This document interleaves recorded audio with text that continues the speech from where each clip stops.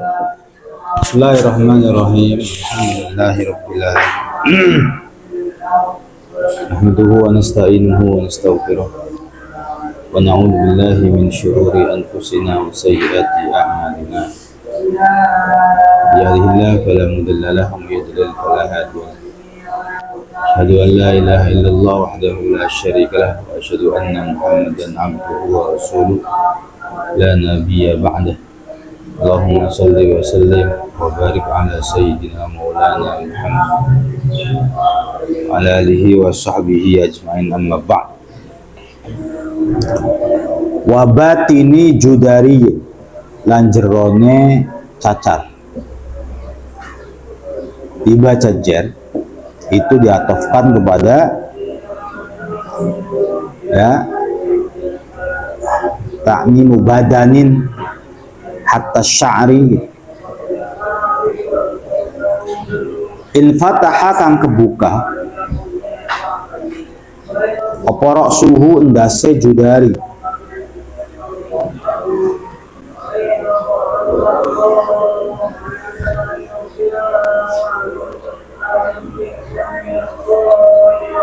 Labatini korhatin, makalanya itu adalah huruf atof. Labatini korhatin ora jerone oreng. Bariat kang waras opo korhah. Jadi kalau penyakit cacar, maka dalamnya cacar kan cacar kecil-kecil, dalamnya itu wajib kena air. In fataha ra'suh, apabila kepalanya kebuka, anggap saja kecil ya, ini cacar segini, ini kepalanya terbuka, maka dalamnya itu wajib kena, begitu.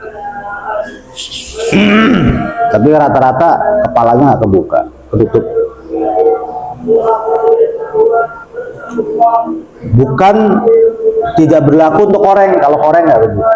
Kalau koreng meskipun kepalanya terbuka, maka tidak wajib untuk dibasuh. Begitu maksudnya. Wartafa'a lan ilang opo kosruha kulite korha. Walam yadhar lan ora petela apa syai'un suwiji-wiji ima saking barang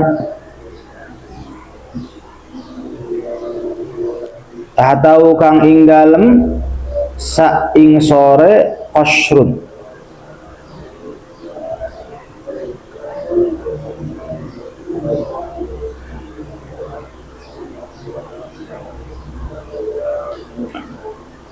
Jadi orangnya udah sembuh, udah kering, kulitnya udah ngelotok, kulitnya nggak ngelotok. Apakah daleman koreng itu wajib kena air juga ketika mandi? Maka jawabannya tidak. Walam yadhhar syai'un mimma tahtahu, dan tidak nampak sesuatu yang ada pada di koreng, kemudian korengnya itu sembuh. Ya, korengnya sembuh, maka kulitnya ngelotok. Nah, di bawah kulit itu ada sesuatu seperti kotoran atau apa. Selama lam yadhhar syai'un mimma tahtahu, selama tidak ditemukan seperti kotoran dan sebagainya, maka daleman koreng ini yang bariat, yang sudah sembuh, maka tidak wajib terkena air saat mandi. Gitu maksudnya. Ya harumulan haram opo fatkul multahimi, membedah kulit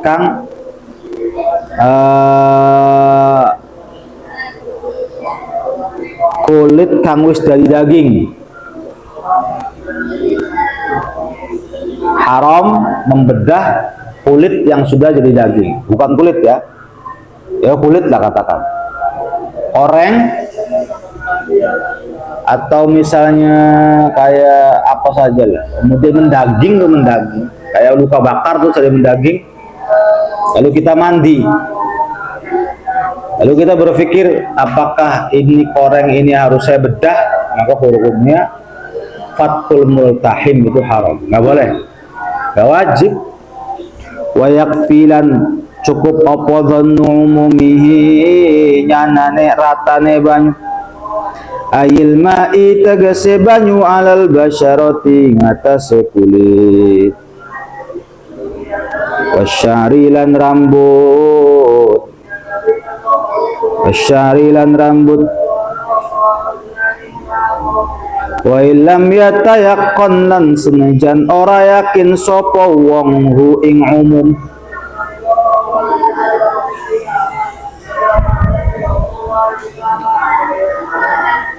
apakah air itu harus rata ke seluruh badan? Umumul ma' namanya, umumul ma'.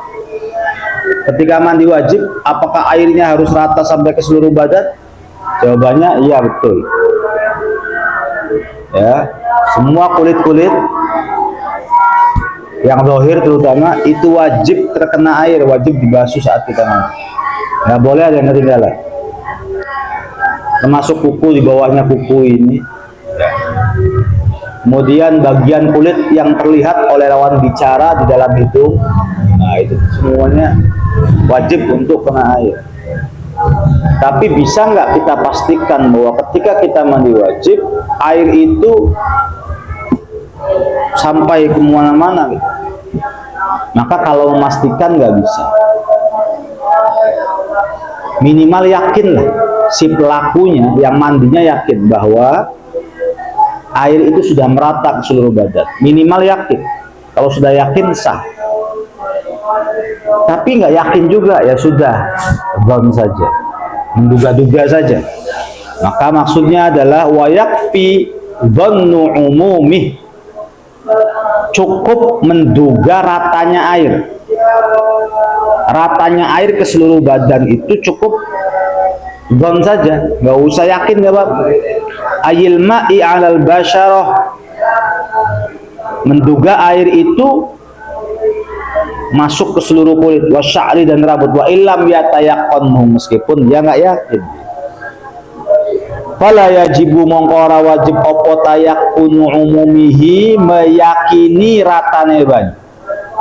Nah, meyakini air itu sudah merata ke seluruh badan itu nggak wajib, meyakininya, bukan ratanya, meyakini. Bal yakfi, balik cukup apa ghalabatu dhanni, ngelindihe penyana bihi kelawan umum, fihi ing dalam khosbut, kal wudu'i kaya wudu, al wudu'i kaya wudu.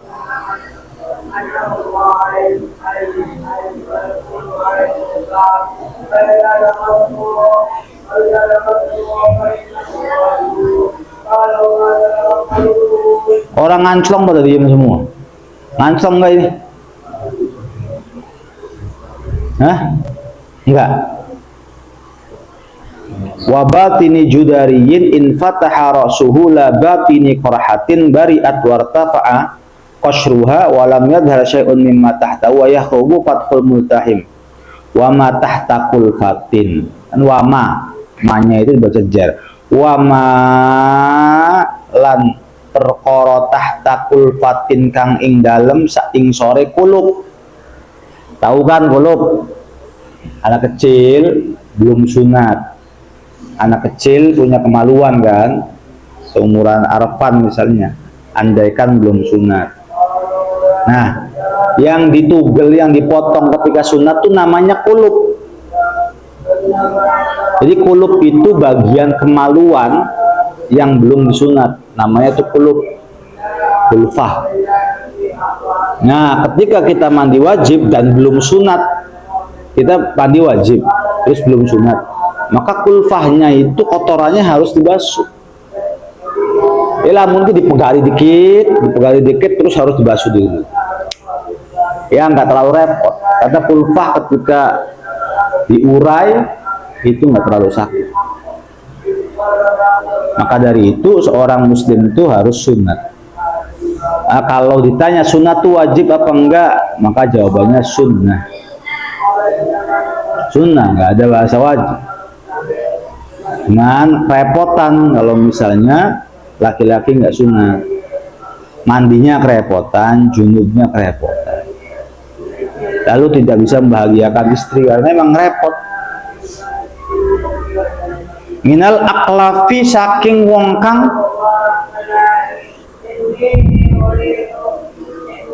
ya, aklaf itu artinya orang yang belum sunat, ada kulupnya. Minal aklafi saking wong kang durung sunat, orang yang belum sunat lalu dia dewasa kemudian junub, maka kulfahnya wajib dibasuh, dalamnya wajib dibasuh, luarnya wajib dibasuh. Wajibu mongko wajib apa ghuslu batiniha, membasuh jerone kulfah, bi annaha krono satuhune kulfah iku mustahiqqatul izalati, ngehaki dan ilangaken.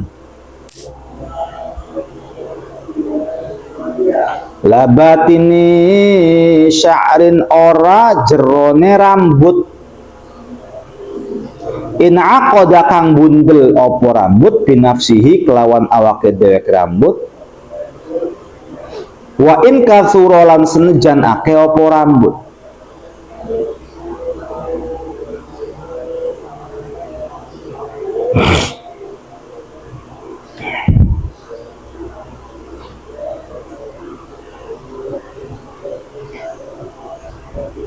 Wala yajibulan ora wajib apa madmadatun berkumur, wastinsyakun lan istinsyak, wal yukrahu balik dimakruhake, wal yukrahu balik dimakruhake apa tarkuhuma meninggalkan madmadoh las dan istinsyak, bimain kelawan banyu tahurin kang suci.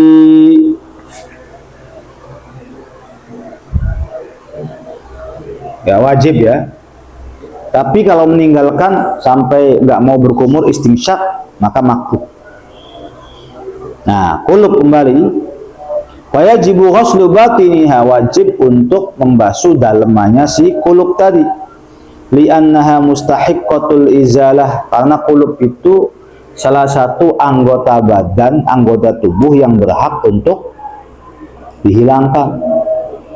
Gitu harusnya. La batini sya'rin in aqada bi nafsi, tidak wajib untuk membasuh dalemannya rambut yang terbundel dengan sendirinya. Perempuan atau laki-laki rambutnya panjang, rambutnya tuh ngikel, apa namanya, ngumpul dengan sendirinya gitu loh. Maka apakah rambut yang ada di dalamnya itu wajib dibasuh atau kena air? Maka jawabannya tidak. Kalau in aqada binafsih, kalau dengan sendirinya itu ngebundel. Kalau ngebundelnya disengaja maka wajib kena air. Kalau ngebundelnya binafsihi maka tidak wajib kena air. Gitu. Wa in kathuru, meskipun banyak. Wa marrolan wis lewat. Apa ana usatune kelakuan iku yadurru bahayani. Apa takhayyurul ma'i owahe banyu, takhayyuron kelawan owah doron kang bahayani, walau bima alal udwi, dan senejan kelawan perkara alal udwi kang tetep ingatase anggota badan. khilafan halin nulayani li jam'in marang sekabehan. Di jam'in marang sekabehan.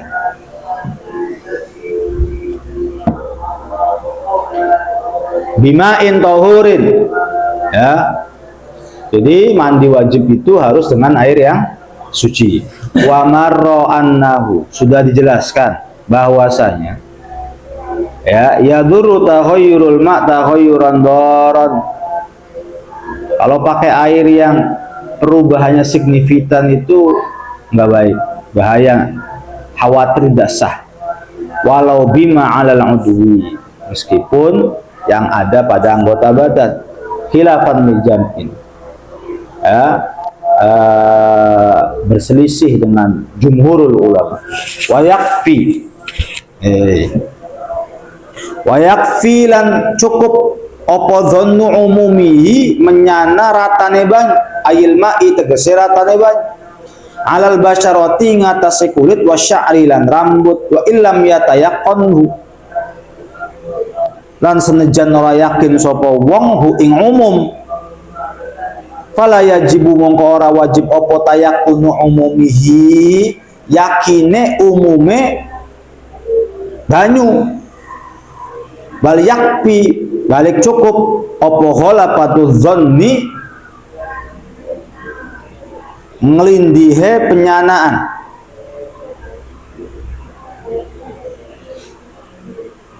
Bihi kelawan umum fihi ing dalam ghuslun kal wudu'i kaya wudu. Diduga-duga aja nggak apa-apa, kayaknya sih, kalau yakin kalau ghalabatul dzan itu kayaknya sih gitu, namanya ghalabatul dzan. Kayaknya sih mau datang, kayaknya sih udah keluar, kayaknya sih. Nah, itu namanya ghalabatul dzan. Tidak sampai pada derajat tayakun, tidak sampai pada derajat yakin. Tapi derajatnya hanya ghalabatul dzan. Nggak apa-apa. Wa sunnalan dan sunahake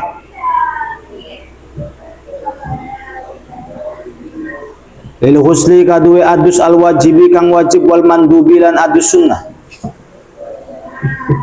Apa tasmiyatu awwalihi, baca bismillah ing dalem kawitane ghuslun. Sebenarnya tasmiyatun. Apa tasmiyatun, baca bismillah awalahu ing dalem kawitane ghusl. Wa izalatu qadharin lan ngilangaken kotoran. Tahirin kang suci apa qadhar. Kamaniyin kaya mani. Wa mukhatin lan umbel. Wa najisin lan kang najis. Kamadhiyin kaya madhi.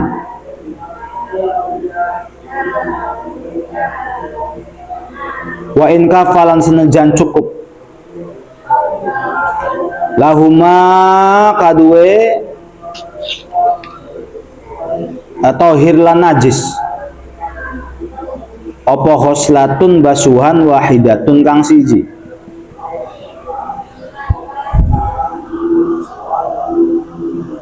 Sekarang sunnah. Untuk mandi sunnah, baik mandinya itu mandi wajib atau mandi sunnah. Sunnah apa? Sunnah baca bismillah di permulaannya. Mandi apa aja ya, mandi wajib atau mandi sunnah, maka sunnah membaca bismillah terlebih dahulu. Satu. Yang kedua, sunnah menghilangkan kotoran habis main bola gitu loh. Ya, baik kotoran itu suci ataupun najis. Kotoran kan yang kotor belum tentu najis. Nah, contoh kotoran yang suci itu mani, umbel kan suci, mani suci, tapi sunnah untuk dihilangkan sebelum mandi wajib atau sunnah. Ya, kalau kita merasa junub sama istri kita nanti kemudian mandi, maka baca bismillah dulu. Setelah baca bismillah lalu bersihkan kemaluan. Atau misalnya ada umbel, iler, bersihkan dulu sebelum mandi. Nah, sunnah itu tuh. Baik kotorannya itu yang suci ataupun kotorannya yang najis. Yang najis itu berapa? Madhi itu najis. Madhi itu adalah cairan yang keluar di saat syahwat. Nah, madhi. Kita syahwat lagi ngebayangin yang enggak, lalu keluar cairan yang lengket tuh. Nah, itu namanya madhi. Kalau wadi itu berarti yang mengiringi pipis atau kencing itu namanya madhi. Kalau wadhi itu yang basah. Laki-laki atau perempuan kalau dia sedang syahwat, birahinya lagi naik, itu biasanya kemaluannya basah. Nah, kebasahan itu najis. Maka kelak apabila kita mula'abah dengan istri, mula'abah itu bercumbu. Mula'abah dengan istri itu basah, pakai sarung itu jangan dipakai sholat sarung, karena ada najisnya. Kenapa mas najis? Orang kita enggak kena kotoran, enggak kena apa. Najis disebabkan tadi malam bercumbu sama kamu. Ketika bercumbu itu keluar cairan, nempel kan pasti di sarung atau celana dalam. Nah, najis itu. Makanya kalau habis bercumbu sama istri nanti itu jangan sampai pakaian yang dipakai bercumbu dipakai juga untuk sholat. Ada najisnya itu. Kalau keluarnya mani, air maninya nggak najis, madhinya yang najis. Nah, biasanya orang kalau mau jima atau berhubungan intim itu mula'abah dulu. Nggak mungkin jima dulu lalu baru mula'abah. Nggak ada kan itu. Mula'abah itu bersumbu ya, bermain-main. Mula'abah dulu baru jima. Gitu. Kalau mula'abah biasanya menghasilkan cairan. Kalau jima biasa menghasilkan mani. Meskipun nggak harus. Ada orang syahwat nggak keluar mandi, ada. Ada juga orang jima nggak keluar mani juga ada. Banyak. Maksudnya adalah pada umumnya madhi akan keluar sebelum mani. Intinya segitu. Jarang sekali madhi keluar setelah mani. Atau mungkin kita lagi mikirin begini terus mimpi, lagi enak-enaknya mimpi di tangan pengurus untuk sholat, terus bilang basah, diingat-ingat oh mimpi jorok ternyata. Bukan berarti ini mani. Jangan langsung kita klaim mani apabila tidak menemukan ciri-ciri 3 tadi di atas. Kayak tadafuk gitu ya, kayak rihya anjin. Kalau nggak ada ciri-ciri itu jangan diklaim mani dulu, nggak boleh. Saya mimpi basah itu nggak harus keluar mani. Mimpi basah itu bisa jadi yang keluar adalah madhi, sesuatu yang najis yang keluar dari kemaluan kita. Tapi kayaknya mani deh. Kalau mani tebak, sobat. Ada nggak 3 ciri-cirinya? Pertama talazud, nih keluarnya nikmat. Yang kedua tadafuk, keluarnya menghentak. Yang ketiga rihi ajin, kalau rotban, kalau basah itu baunya seperti adonan roti. Kalau yabis, kering, maka warnanya itu bayadu baydah, putih telur. Ada nggak ciri-cirinya itu? Enggak sih. Ya berarti kamu nggak mimpi keluar air mani, berarti kamu keluar basah doang, gitu. Jadi tidak enak kalau pakainya fikih, kalau ngerti kaidahnya. Cuman kalau kita pengen hati-hati, maka ketika kita mimpi ihtilam berhubungan intim dengan siapapun dan basah, terus nadus baik, watir sih. Tapi nggak usah watir-watir, dalam fikih itu nggak ada bahasa watir apa, nggak bisa. Pastikan itu mani bukan. Ya kita begini loh mimpi basah. Iya mani bukan. Ya bukti suke basah sih. Orang bisa jawab. Mani bukan. tadi malam saya mimpi basah Pak Ustadz. Iya mani bukan. Oh buktinya basah aja. Hei, kita nakal mani bukan. Ya pasti mani lah. Taunya mani dari mana? Oh kita mimpi basah aja. Ulang-ulang mani mau nonton. Bukan itu ciri-cirinya. Mani bukan itu. Wong bukti sarungnya basah aja. Apa itu bisa jadi tendensi? Nggak bisa. Kita periksa coba. Yang betul-betul ihtilaf, mimpi baligh ya. Mimpi keluar mani itu apabila kita tidur. Lalu mimpi berhubungan intim.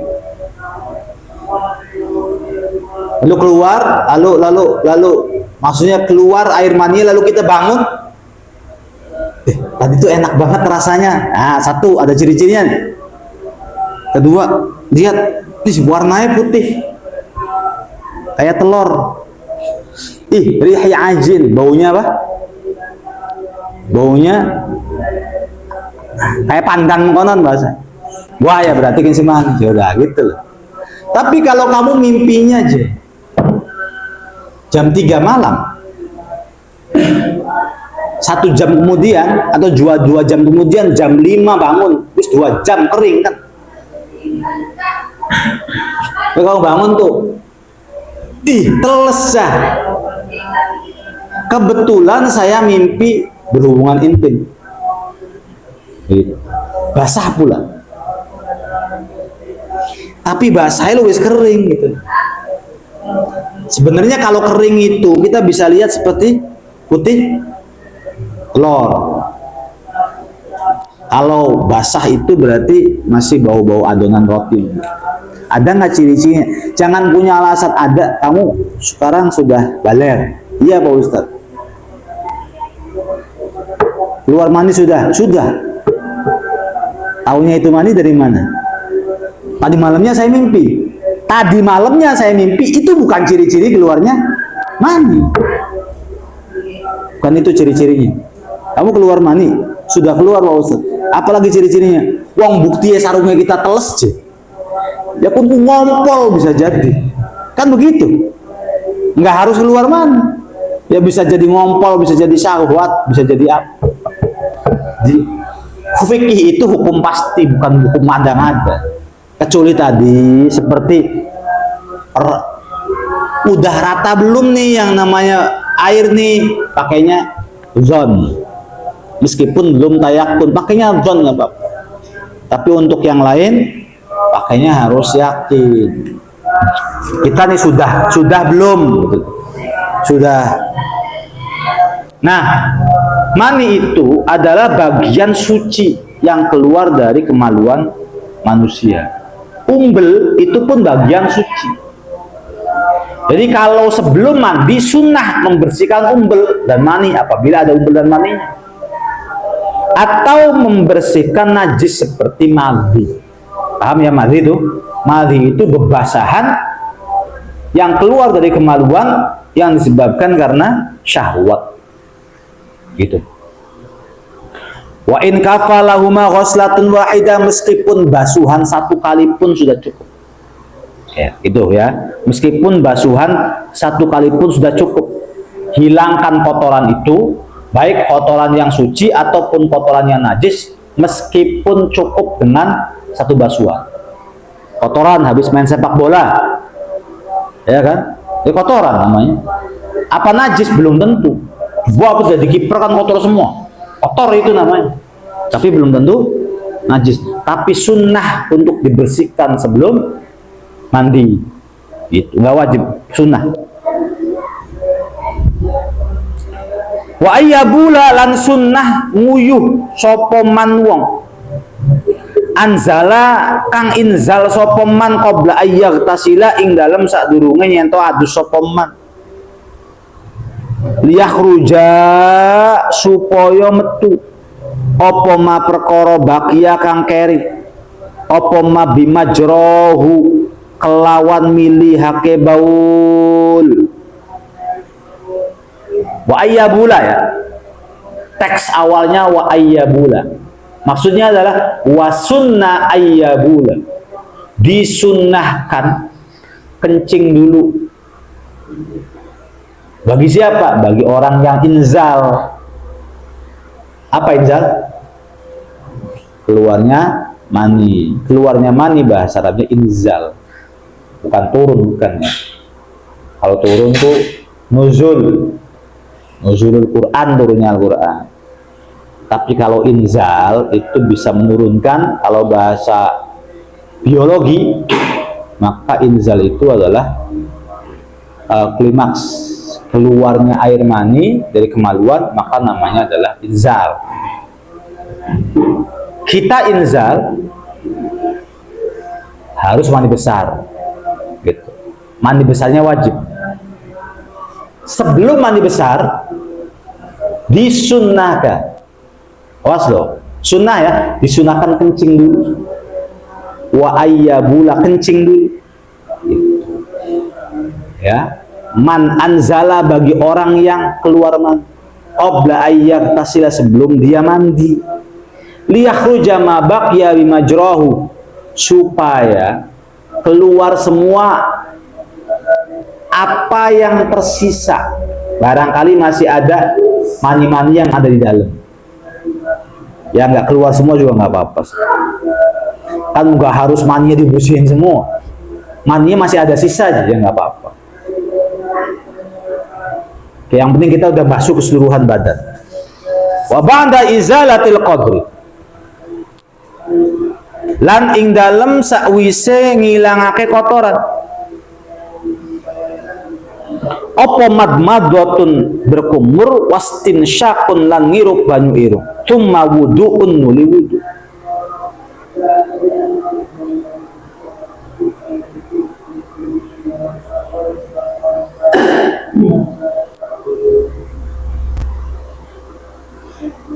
Kamilan hale nyempurnaku lil ittiba'i, marang hadis ittiba'. Rawang riwayatake hadis sapa Syaikhani, Imam loro, Bukhari Muslim. Lalu disunahkan apa lagi?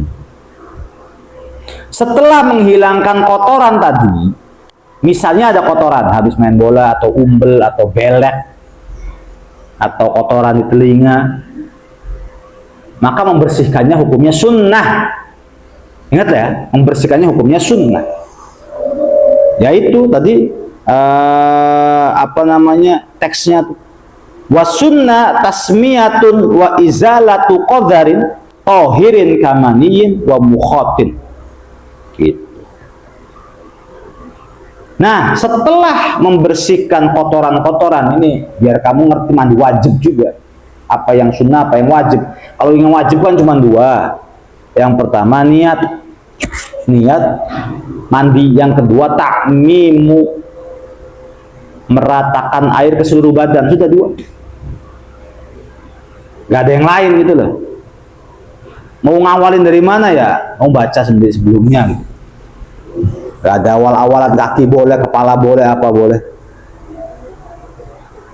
Nah, setelah membersihkan kotoran, maka sunnah madmadoh, berkumur, wastinsyak, ya, nyedot air ke hidung, sunnah. Bahkan wal wudu summa wudu'un, baru wudu. Jadi cara-cara untuk mendapatkan kesunahan mandi besar, ya mandi besar atau mandi sunnah. Kita kamar mandi, bersihkan kotoran yang ada dulu. Kalau bisa mah bersihkan rambut begini sebelum mandi, ya. Kemudian bersihkan dulu, lalu kencing dulu. Kencing dulu. Setelah kencing, kumur. Setelah kumur, ini ngomongin sunnah ya. Kan sholat aja sunnah yang kita lakukan banyak sekali. Ya mandi juga usahakan begitu. Setelah kumur, kemudian istinsyak, air disedot. Setelah itu wudhu, gitu. Setelah itu baru mandi. Kamilan hal sempurna. Rawahu asy-Syaikhani, riwayatake hadis sahih asy-Syaikhani Syekh loro, wallahu a'lam.